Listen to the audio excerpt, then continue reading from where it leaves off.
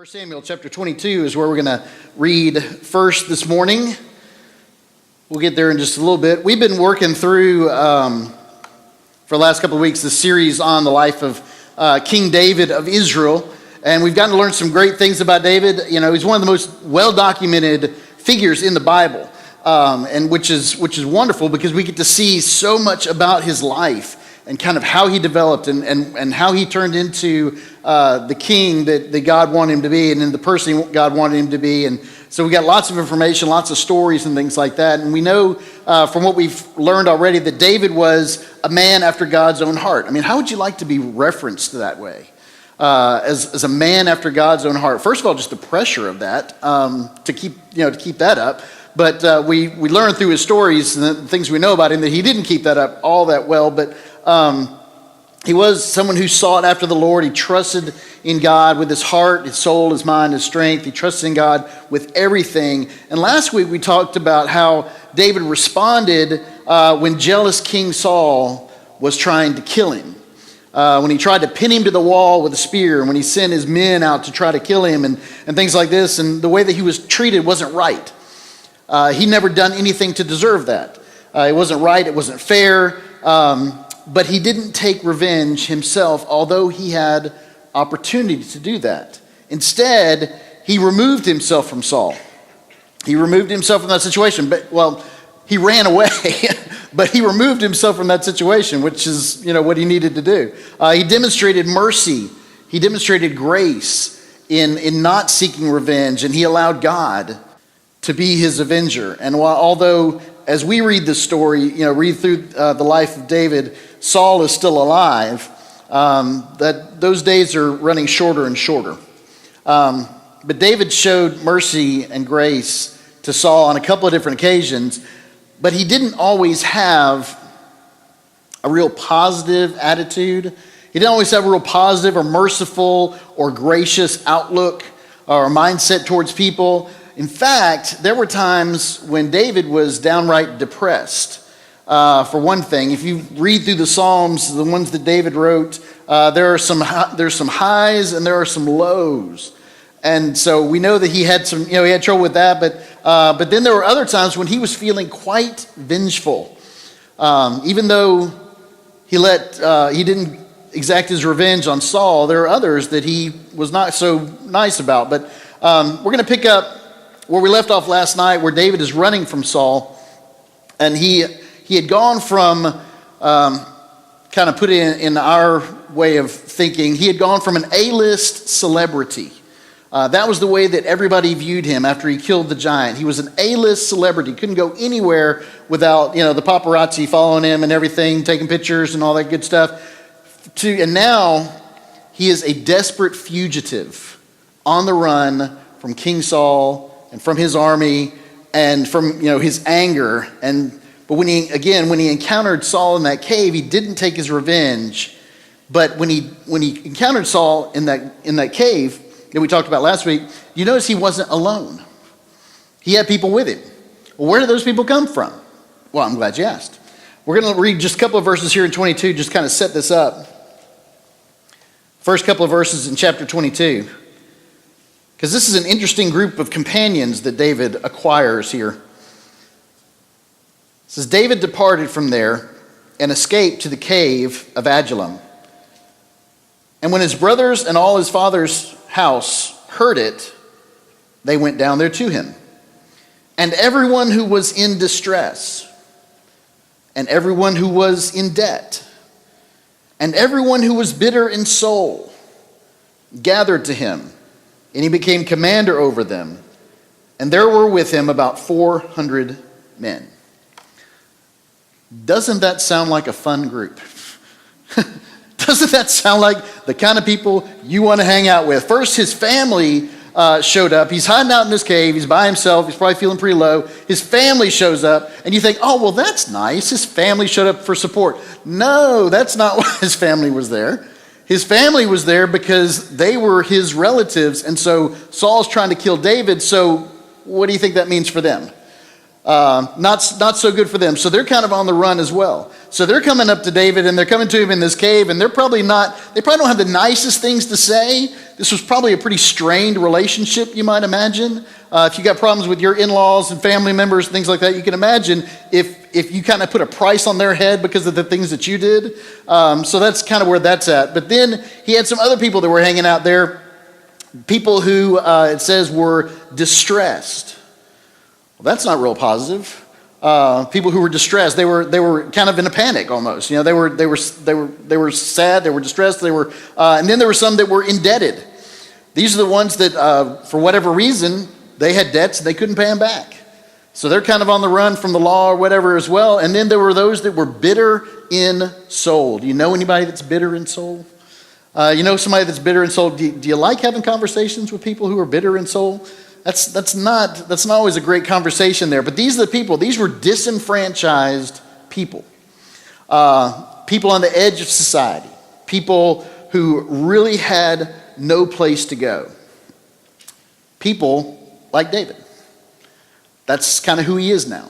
And they say that misery loves company, so I guess that's why they all got together, so they could be miserable together. But that's not exactly how it went, actually. In fact, it seems that as time goes on, they really gained strength from each other. And they really began to gain encouragement from each other instead of wallowing in self-pity. In fact, from that time on, what we read about from David and this group of his followers that are with him now is that they move from hideout to hideout. They are on the run. They move from hideout to hideout, kind of like, or not unlike anyway, Robin Hood and his merry men. That's kind of what it's like. They're out there on the run, and they're trying to stay away from the sheriff of Nottingham, or actually King Saul. They're trying to kind of stay ahead of him. But at the same time, they're not out there doing a lot of bad stuff.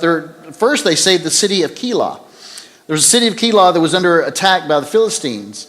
And David and his men went in there and they fought the Philistines. They fought them off, and they got back all the things that had been stolen. The people, the sheep, and all that kind of stuff. And so they protected them. And from this time on, they moved from place to place, kind of acting, as a protection service. For landowners, for those who had flocks of sheep, for those who had crops and things like that, especially during the harvest and the shearing seasons and those kind of times. Which brings us now to the main story that we have for today, which is over in chapter 25. And while David is an important part of this story, David is not the hero. David's usually the hero in the stories that we read. But David is not the hero in this story. So let's pick up in chapter 25. We're going to read a good bit here, about 13 verses. Then David rose and went down to the wilderness of Paran. And there was a man in Maon whose business was in Carmel. The man was very rich. He had 3,000 sheep and 1,000 goats. He was shearing his sheep in Carmel. Now the name of the man was Nabal, and the name of his wife, Abigail. The woman was discerning and beautiful, but the man was harsh and badly behaved. He was a Calebite.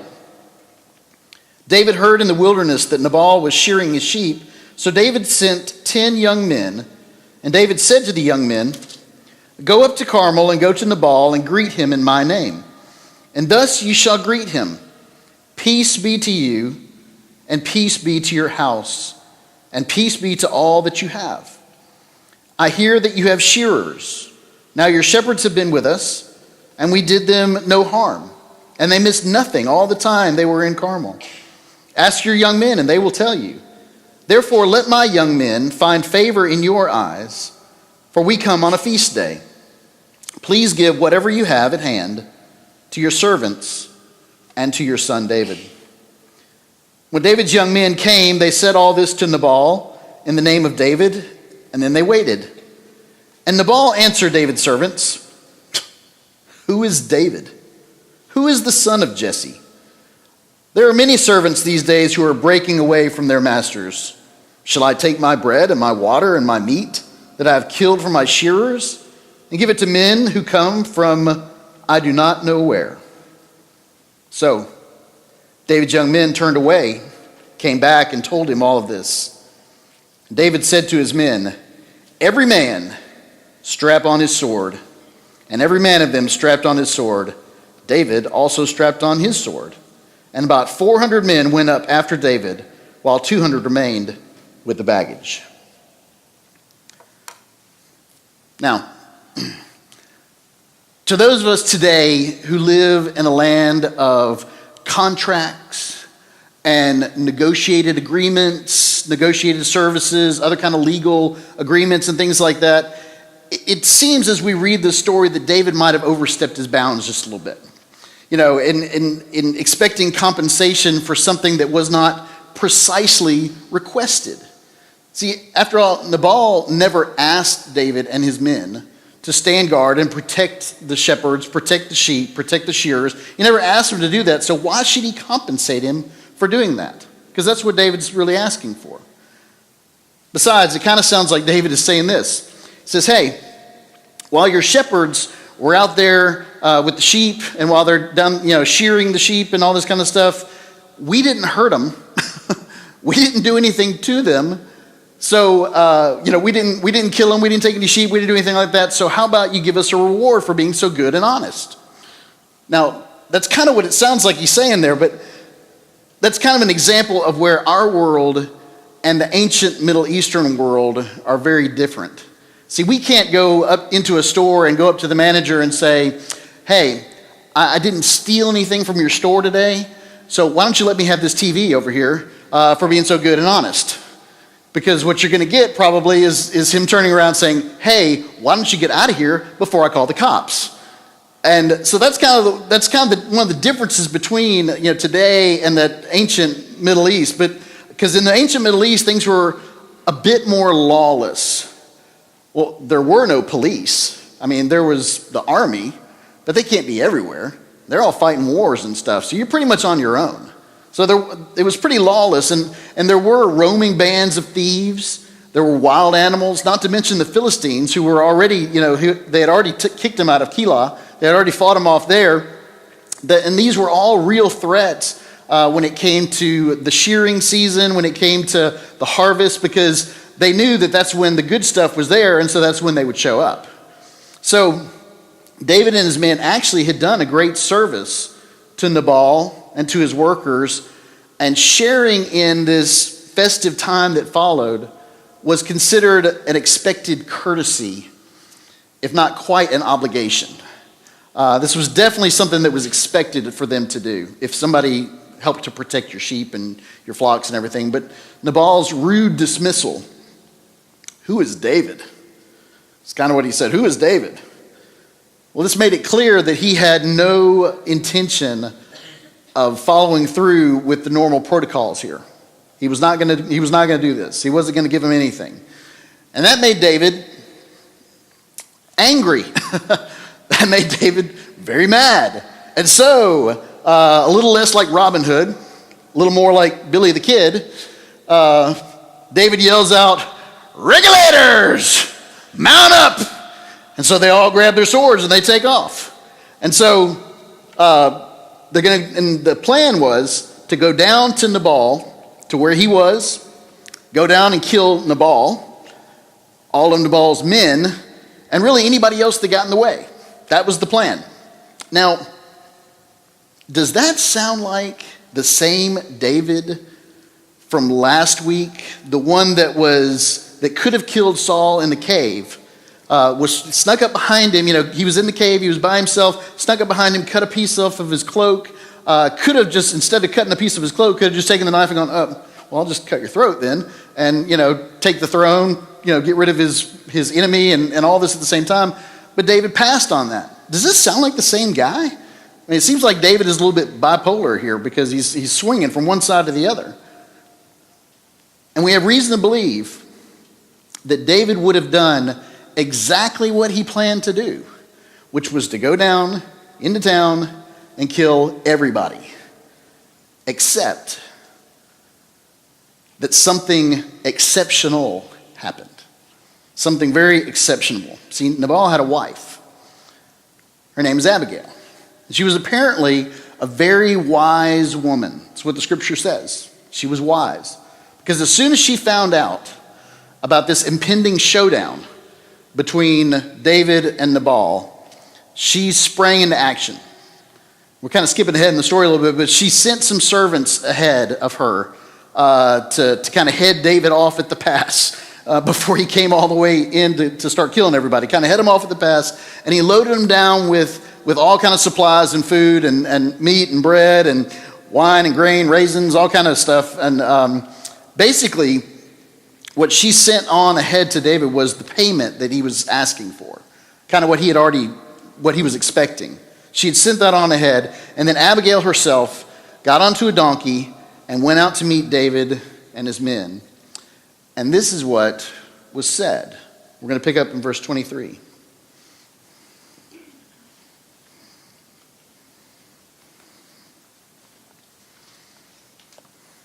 When Abigail saw David, she hurried and got down from the donkey and fell before David on her face and bowed to the ground.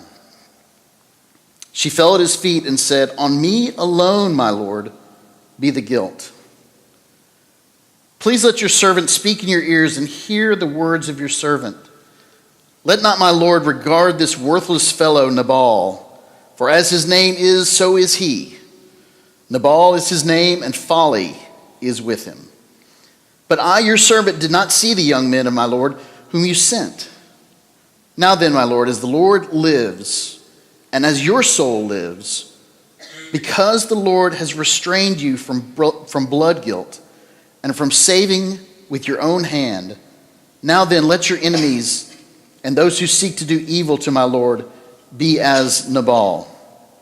And now let this present that your servant has brought to my Lord be given to the young men who follow my Lord. Please forgive the trespass of your servant, for the Lord will certainly make my Lord a sure house, because my Lord is fighting the battles of the Lord. And evil shall not be found in you so long as you live.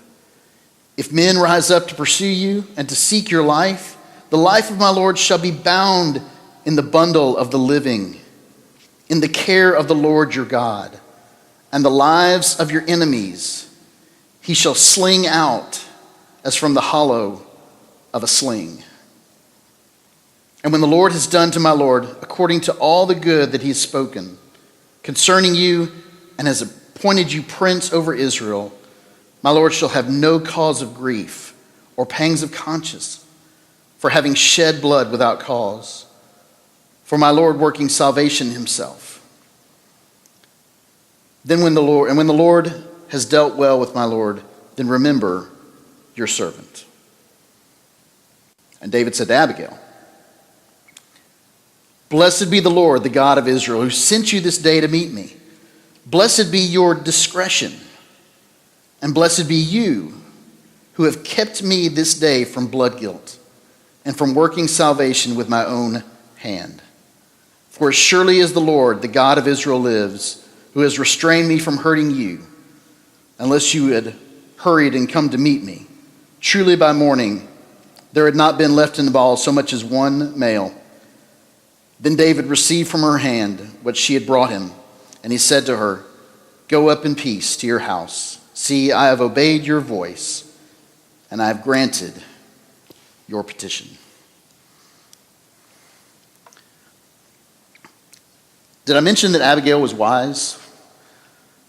Abigail could have been a hostage negotiator for the FBI. She said everything perfectly.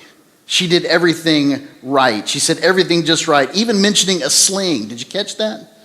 Did you catch how she talked about how God would sling his enemies as if from the hollow of a sling? Do you think she knew who she was talking to?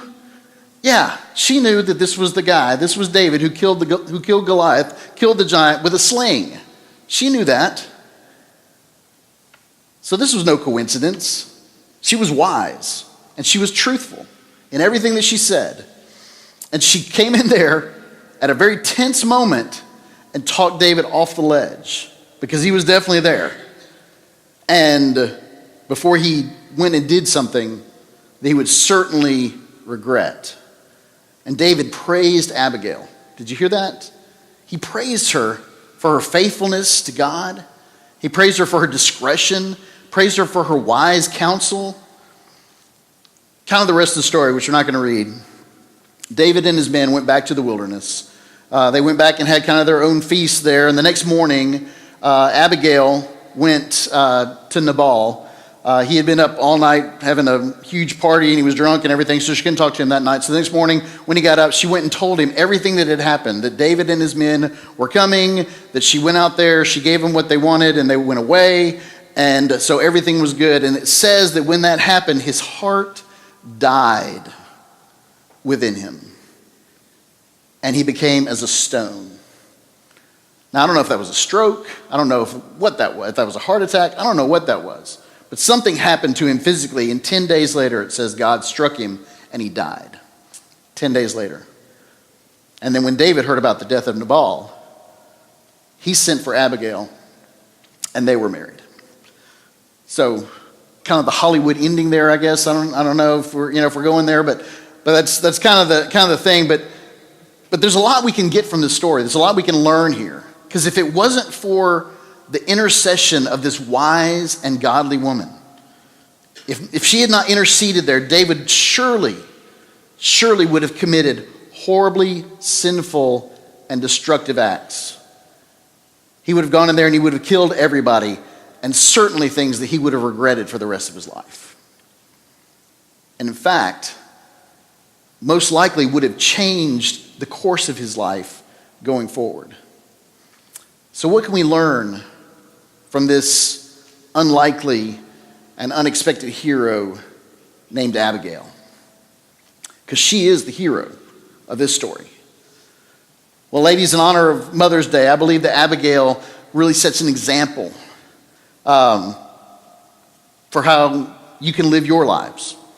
And even though she lived a long time ago and in a place or in culture that was much different from where we live, there are some truths here that matter across the board, that it doesn't matter where you are. It doesn't matter where you live.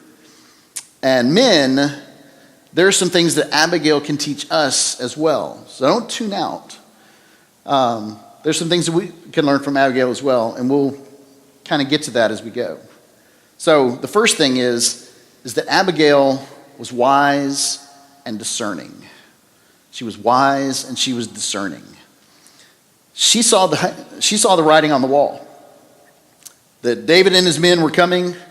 She knew what David intended. They were coming, and she realized that this was going to be bad for everybody.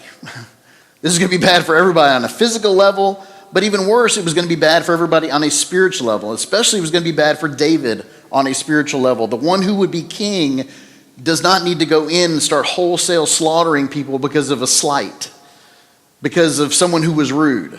That's not a reason to go in and kill. So she was saving everybody from this, but God's not going to be glorified in bloodshed that's about to occur. So she made a plan, and she acted on it. She was wise. She was discerning. Proverbs 31, which is the passage of scripture that we refer to as a scripture about a godly woman, a godly wife, the wise woman, however you want to put that. It's called a lot of different things. But from Proverbs 31, verse 26, it says this about this wise and godly woman. It says, she opens her mouth with wisdom, and the teaching of kindness is on her tongue. Ladies, don't neglect to use the wisdom that God has given you. And he has given you wisdom. He's given you his word that we can study. He's given you his word. He's given you experiences. He's given you knowledge. He's given you understanding of all sorts of things, a great many things. Use that wisdom. Use that discernment to help yourself and those that are close to you. And then share it. That's the thing. Share that wisdom. That's what Abigail did. She was wise. She knew it was going to happen. But she can keep it to herself. Share that wisdom to keep those close to you from making catastrophic mistakes. Are there people around you that it seems are about to make catastrophic mistakes? Speak wisdom into their lives. The second thing about Abigail, not only was she wise and discerning, but Abigail was courageous. She was courageous. Abigail put herself in direct line of danger with David and his men. She had no reason to expect that David would spare her.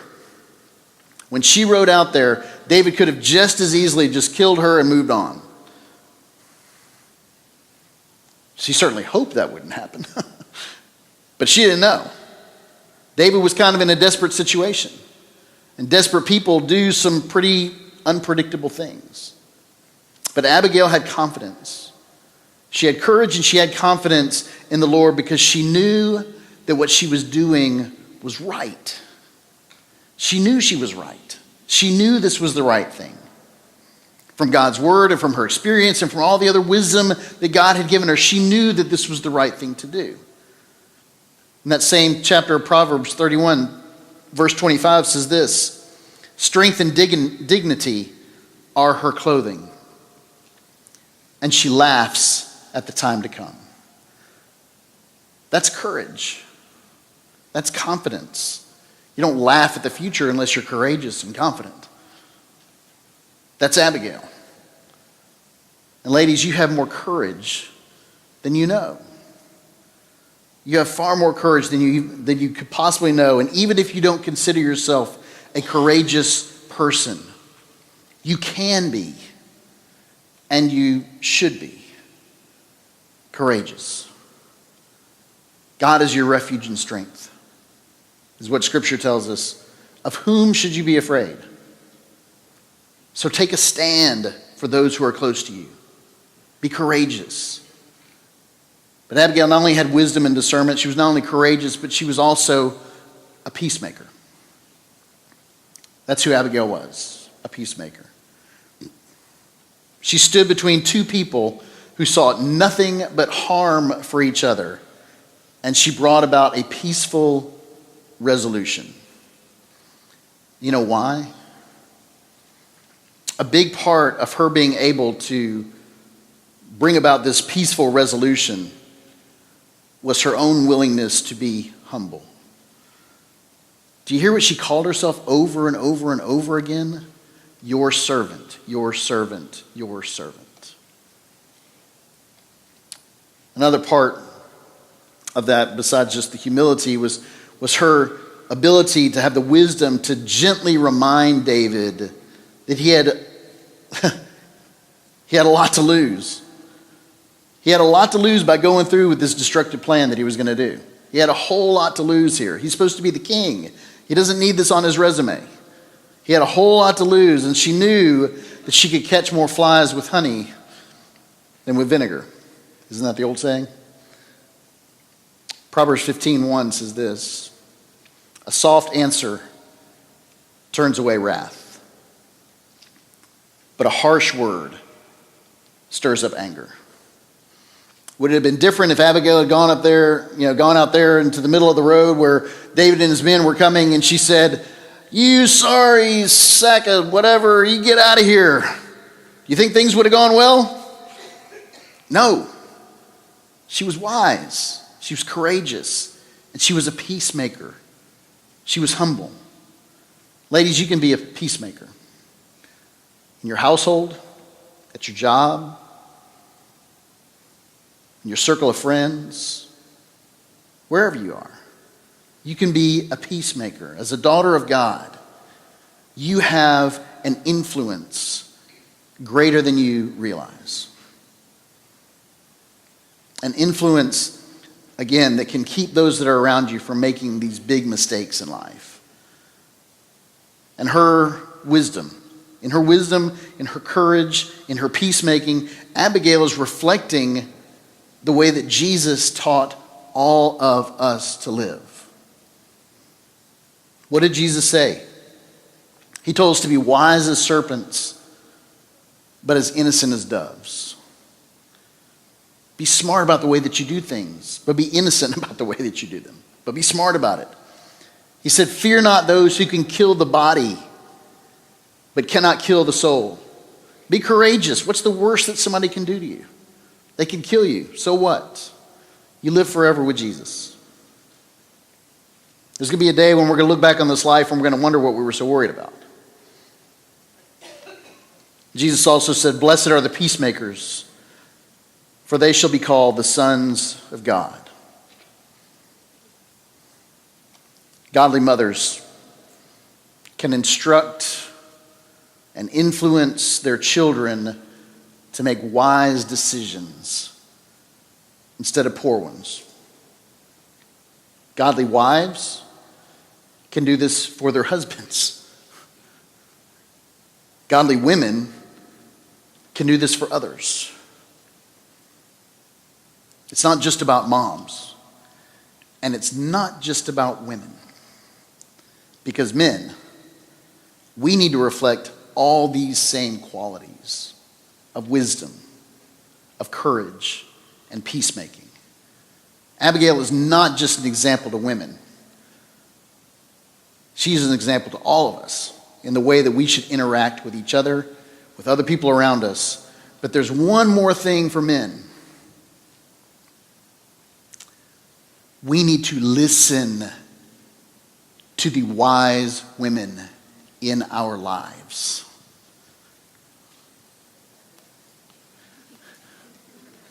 Have I given you some ammunition? We need to listen to the wise women in our lives. God has blessed us men with women in our lives who are wise, who can give us direction, who can help us. Don't make the mistake of foolishly and chauvinistically discounting wisdom because it comes from a female source. Don't make the mistake. Because if David had done that, things would have ended up much more differently, and he would have sorely regretted it. We can be spared a lot of regrets as well. Would you pray with me?